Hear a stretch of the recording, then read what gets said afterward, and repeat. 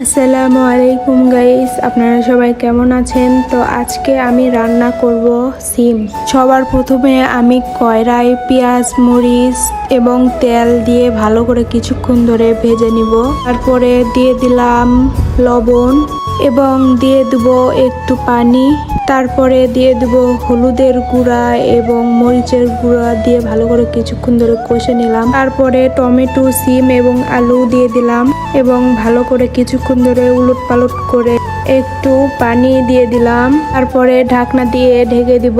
ঢাকনাটা টান দেওয়ার পরে দেখতেই পাচ্ছেন পানিগুলো শুকিয়ে গিয়েছে। তো আমি ভালো করে কিছুক্ষণ ধরে কষে নিব। এইদিকে আমি কড়াই তেল দিয়ে মাছগুলো সবগুলো এক এক করে দিয়ে সব কয়টা ভালো করে ভেজে নিলাম। তরকারিটা কষে নেওয়ার পরে আমি পুরো ঝোল দিয়ে দিলাম এবং ধনিয়া পাতাগুলো দিয়ে দিব। তারপরে আমি মাছগুলো উপরে সবগুলো দিয়ে দিলাম। আজকের মতো আমার রান্না শেষ। সবাই ভালো থাকবেন। আল্লাহ হাফেজ।